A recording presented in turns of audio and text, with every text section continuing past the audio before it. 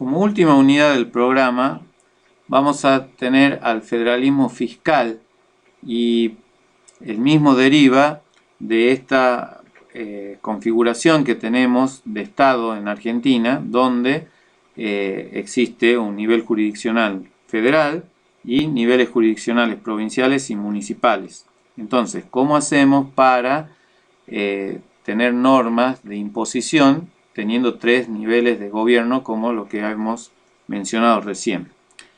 Y es así de que de entrada vamos a inferir que existen impuestos nacionales, impuestos provinciales, impuestos y tasas municipales. Demos ejemplos.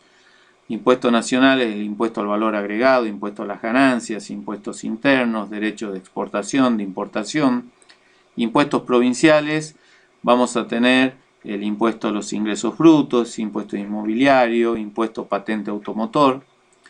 Y entre impuestos y tasas municipales vamos a tener que hacer una aclaración previa. En el caso de Jujuy no existen impuestos municipales, puesto que el Estado provincial, a través de su constitución obviamente, no ha delegado la potestad de fijar impuestos a las municipalidades.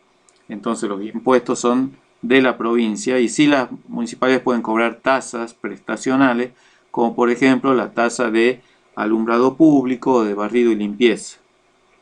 En otras provincias existen impuestos municipales, pero porque la constitución local lo permite. Cuando referimos a que van a haber impuestos de distintos niveles jurisdiccionales y uno piensa en cómo va a funcionar el sistema de imposición, tenemos conceptos fundamentales referidos a la centralización del sistema o la descentralización. Entonces, centralización busca que un nivel de gobierno sea el encargado de emitir las normas de los distintos impuestos e inclusive hacerse cargo de la recaudación, mientras que cuando hablamos de un modelo descentralizado podemos tener un modelo donde se centraliza la legislación y se descentraliza la cobranza de los tributos, o se descentraliza todo en tributos locales y en recaudación local. Ahora, sea como sea, hay conceptos que son muy importantes que operen. La armonización fiscal, ¿qué busca? Que no exista una competencia fiscal entre las provincias, por ejemplo, sea que para que un inversor venga a Jujuy le damos una franquicia impositiva o los liberamos de una obligación, por ejemplo, declaramos exenta la actividad y Salta, que quiere que esa empresa se radique allá para que no venga a Jujuy, no solo le otorga lo mismo, sino que al contrario le da un préstamo a tasa cero. Entonces Jujuy, viendo esta reacción de Salta, cede terreno sin tener que pagar el uso y le da subsidio al pago de sueldo, etc. Entonces, cuando entramos en un mecanismo de competencia fiscal, se perjudica al Estado, porque a fin de atraer inversiones, lo que hace es ceder la recaudación que le permite financiar su actividad. Entonces, cuando armonizamos, ¿qué decimos? Bueno, que Jujuy y Salta puedan tener un tratamiento diferenciado, pero en un rango muy acotado. Es decir, bueno, tenemos un impuesto muy parecido a los ingresos brutos en una y otra y no competimos tratando de hacer que menos se pague, porque si no al final ninguno de los dos estados va a cobrar nada, va a tener que pagar para tener inversión. Y la coordinación fiscal refiere también a los distintos movimientos, que si bien está vinculado a lo que hablamos recién, también que los efectos cruzados de los impuestos no tengan efectos regresivos. Ya habíamos dicho en otra clase que si una provincia genera un nuevo impuesto y se puede deducir en ganancias, el que paga el 35% de ganancias recupera un 35% por la deducción de este impuesto, mientras que el que perdió plata o no generó ganancias tiene que pagar el impuesto sin poder recuperarlo porque no se le libera ningún pago al nivel nacional.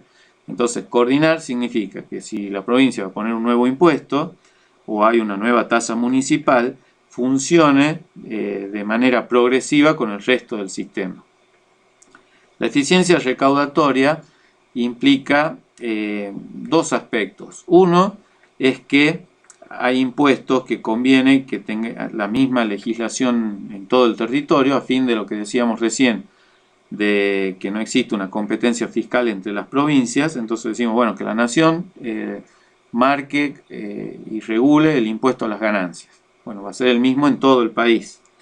Y además decimos, bueno, como yo puedo tener actividades en Jujuy, en Salta y en Tucumán, y fraccionar la recaudación va a ser muy complejo. Entonces directamente que la cobre la nación. Entonces ahí obtenemos una eficiencia recaudatoria. Ahora, si es un impuesto que está referido a la tenencia de un automotor registrado en una provincia, es más fácil que lo cobre la provincia que el Estado Nacional tenga que perseguir a todos los tenedores de automóviles para cobrar y después dárselo a la provincia el resultado de esa recaudación. Entonces existe un concepto muy importante que es el de correspondencia fiscal. Y la correspondencia fiscal refiere entonces a que exista una relación entre el que cobra impuestos y el que aplica los recursos, entendiendo que de esta manera el contribuyente o el ciudadano tiene un mayor control. Cuando uno paga algo de IVA, después es muy difícil detectar en qué volvió, porque financia al ejército, financia la justicia nacional, financia las embajadas que tenemos en otros lados del mundo. Entonces es muy difícil ver en qué recibimos a cambio. Entonces, si nosotros estamos por pedir recursos para financiar la construcción o el desarrollo de veredas y cordón cuneta, lo mejor sería que cobre una tasa de pavimentación, una municipalidad, donde ahí sí vamos a ver que lo que pagamos vamos a poder controlar si vuelve o no en esa obra. Entonces, para ciertos gastos es mejor tener un impuesto que recaude quien ejecuta. ¿Por qué? Porque el ciudadano dice, o me estás cobrando demasiados impuestos, o veo que sí tiene una relación entre lo que yo pago y lo que el Estado me devuelve. Mientras que hay otros impuestos que, como van a financiar áreas generales, es mejor que directamente lo cobre la nación, porque está más alejada del ciudadano, pero es más abarcativa la prestación de servicios del Estado Nacional. Argentina tiene un sistema de coparticipación federal, donde existen impuestos nacionales que después distribuyen los recaudados entre nación y provincias. Entonces, AFIP, por ejemplo, decíamos, cobra el impuesto al valor agregado o el impuesto a las ganancias y de lo que recauda los reparte. Existe una distribución primaria que es el primer reparto, qué se queda a la nación y qué va a las provincias.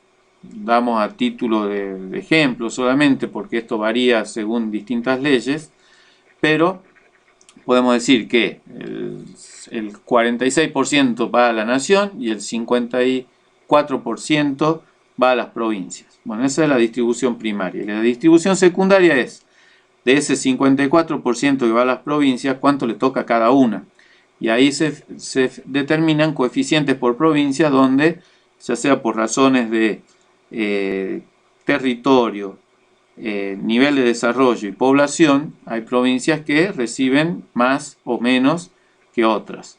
Generalmente, el sistema de coparticipación federal tiene un sentido redistributivo. Entonces, las provincias ricas es normal que, contribuyendo más al PBI, reciban menos en proporción de la recaudación, porque esto permite que las provincias que menos contribuyen, que son las más pobres, puedan recibir más recursos públicos para poder potenciar sus economías. Los sistemas recaudatorios interjurisdiccionales, ¿a qué refiere? A distintos modelos donde una parte de los recaudados va, por ejemplo, a la nación y otro a la provincia, o puede ser también dentro del Estado provincial, una parte al mismo y otra a los municipios. Hemos dicho recién que Argentina cuenta con un sistema de coparticipación, recauda centralizadamente y después reparte. Pero pueden haber otros mecanismos, por ejemplo, distintos tributos con base imponible similar. Acá hay que tener cuidado, no estamos hablando de doble imposición, que es uno de los principios que se sostienen de los sistemas tributarios es que no exista doble imposición, o sea que dos impuestos recauden lo mismo. Acá lo que estamos diciendo es, por ejemplo, que haya una base imponible que sean las ventas de una empresa. Bueno, existe un impuesto a las ventas que una parte cobra la nación y una parte cobra la provincia. Lo estamos diciendo como ejemplo, ¿no? En Argentina no existe de esta manera, pero ahí vemos que cada uno se lleva lo suyo. No es que alguien lo recauda y después tiene que entregarle al otro. Cuando hablamos de recaudación compartida, directamente podemos fijar con una provincia un porcentaje, en el ejemplo de recién, y decir, bueno, una parte va para la nación, otra parte para esa provincia, y es un arreglo entre dos jurisdicciones. Después decíamos que podíamos tener un sistema centralizado con distribución posterior como la coparticipación, donde ahí participan un montón de jurisdicciones y ya no es lo que se lleva una provincia y la nación, sino lo que se lleva la nación y las provincias, y después de las provincias ver cómo se reparte. Ahora, nosotros tenemos un sistema de coparticipación descendente, o sea, el Estado Nacional cobra y después reparte. En otros países tienen mecanismos ascendentes, o sea, las provincias cobran y después se hace la distribución primaria en lo que le queda a la provincia y lo que entra al sistema que después se coparticipa. Bueno, decíamos recién que la doble imposición y la regresividad es algo que se tiene que evitar en un sistema federal de imposición.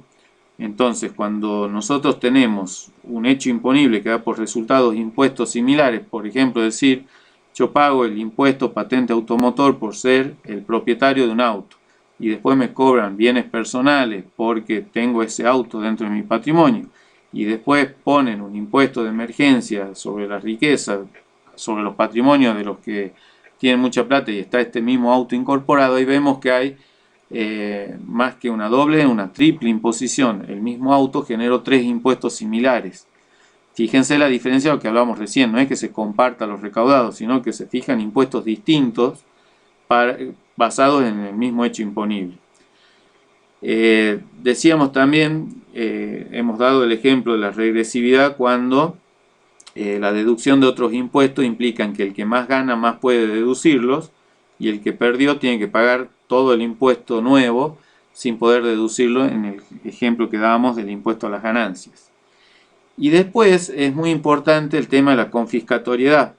Primero decíamos, ¿qué se entendía por confiscatoriedad? Que a través de un impuesto el contribuyente pone en riesgo el mantenimiento de la fuente de sus ingresos o de su capacidad contributiva. En definitiva, exagerando, habíamos dado, si yo le pongo un impuesto del 100% sobre el valor de una propiedad, lo que está haciendo el Estado es quedarse con la propiedad.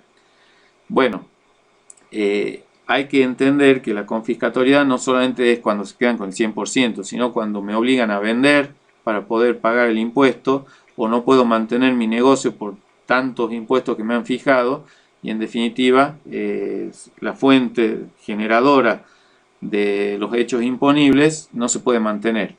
Entonces, cuando hablamos de un sistema federal, la confiscatoriedad ya no se limita solamente a los impuestos que pueda fijar un nivel de gobierno, sino a la suma de todo. Y de hecho, en Argentina, en muchos casos, se reclama un exceso de fijación de tributos en muchas actividades donde decían en el tema del precio de la nafta, en el tema de los cigarrillos, etc., el Estado se lleva un porcentaje muy grande de lo que genera la actividad.